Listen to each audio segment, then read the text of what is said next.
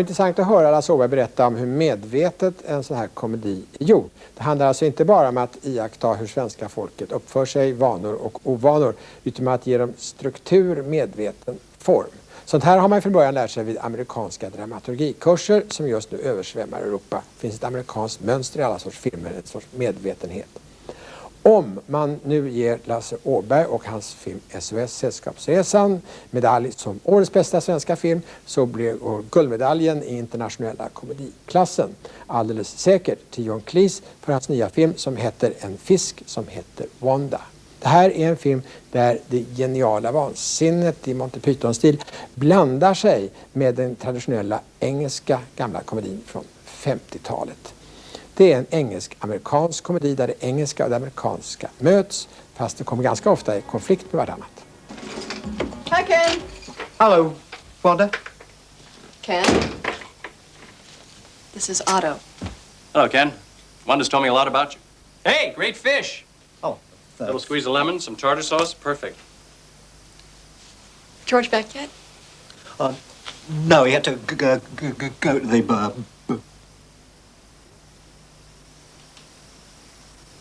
What?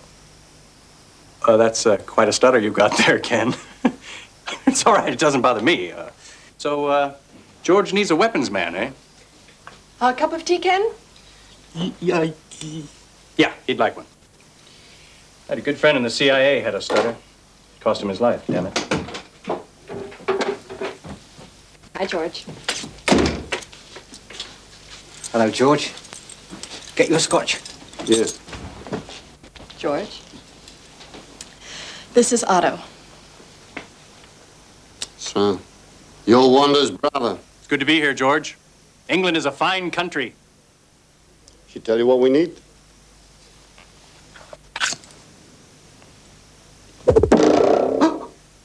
Filmen handlar om en amerikansk gangsterligas äventyr i London. Ligaledaren sitter i fängelse och hans hårdkokta fästmö söker upp hans advokat för att få reda på var rovet från det stora bankrånet kan finnas. George Thomas? Yes. Do you know him? I'm defending him. What are you talking about? I'm his barrister. His lawyer.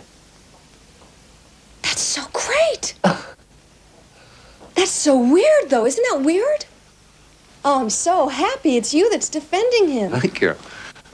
He's sure to get off now. Wow. Well, I can watch you work now. Please. Amazing. Well, anyway, at the committal, George would then plead... Not guilty.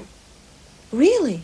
Oh, yes, the evidence against him is largely circumstantial. Well, but there was an identification, wasn't there? True, but a very elderly lady. I think they've got the wrong man. You don't think he did it? No. Well, let's just say, for argument's sake, that you did think he did it. Sure, if further evidence against him came to light, for example. Right. You would then advise him to plead guilty and turn over the jewels to get his sentence cut. And he would turn them over to who? To you?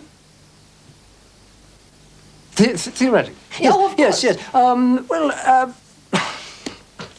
I'm so sorry. I've forgotten your name. Wanda. Wanda. What a fool.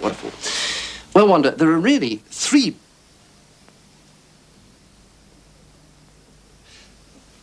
Not Wanda Gershwitz. Yes. Oh, my God. What? You're his alibi. I can't talk to you. Why not? My dear young lady, you're a defense witness. I'm sorry. I must ask you to leave immediately. I'm so sorry. What did I say? Well, it's not ethical for me to talk to a witness. Everybody does it in America. Well, not in England. It's strictly forbidden. Please, I must insist. Otherwise, I may have to give up the case. I'm sorry. Please?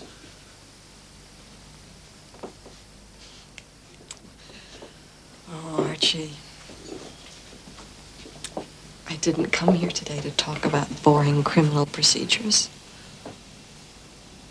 Come on, you know. You knew the minute I walked in here. I want you. What? Hello? Sir John is here. Right, show him in, please. I want you to make love with me. Pardon? Nothing, nothing. Will you take me to bed, Archie? No, sorry. Bye, Uncle.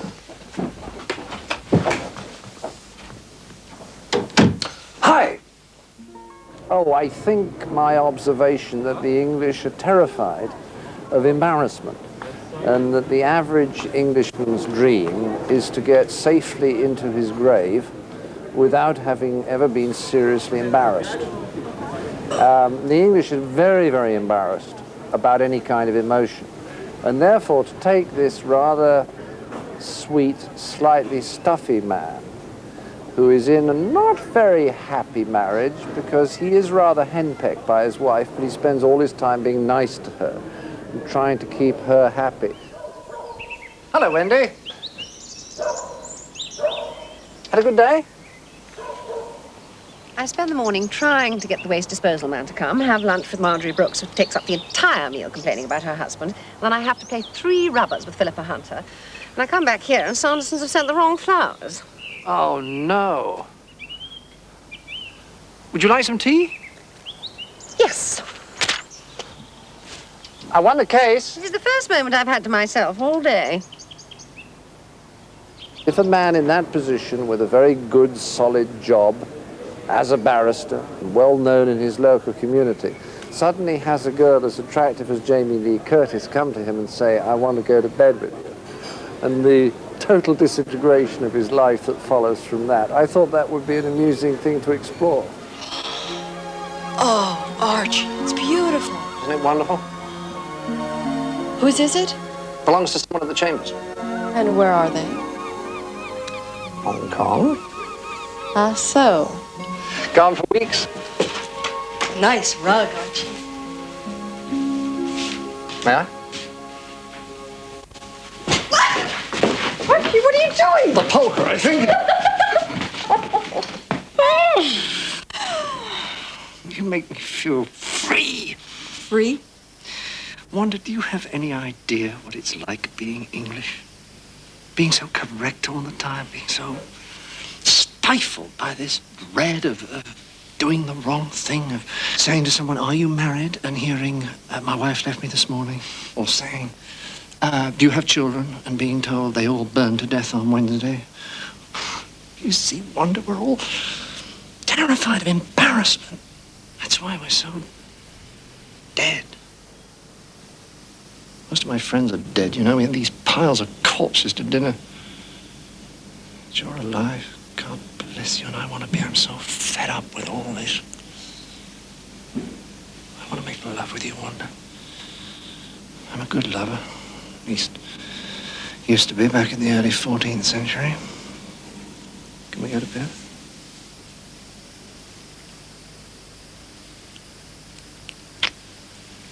Yeah. Hang on. Mind your head.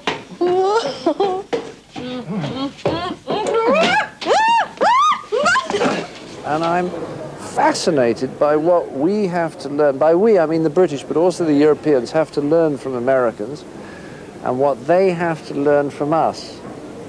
And that really is the content of the film, in as much as there's any serious content at all. I made a very conscious effort on this film to make it very accessible to the Americans, because I have to tell you that the last film I did, Clockwise, was only successful in 2 countries. Did you know that? England and Sweden. Thank you, Sweden. It was the only other country that really liked Clockwise. So I was very, very determined, since I spent 2.5 to 3 years of my life on this movie, that it wasn't just going to play in an art house in San Francisco and New York for 4 weeks and then close.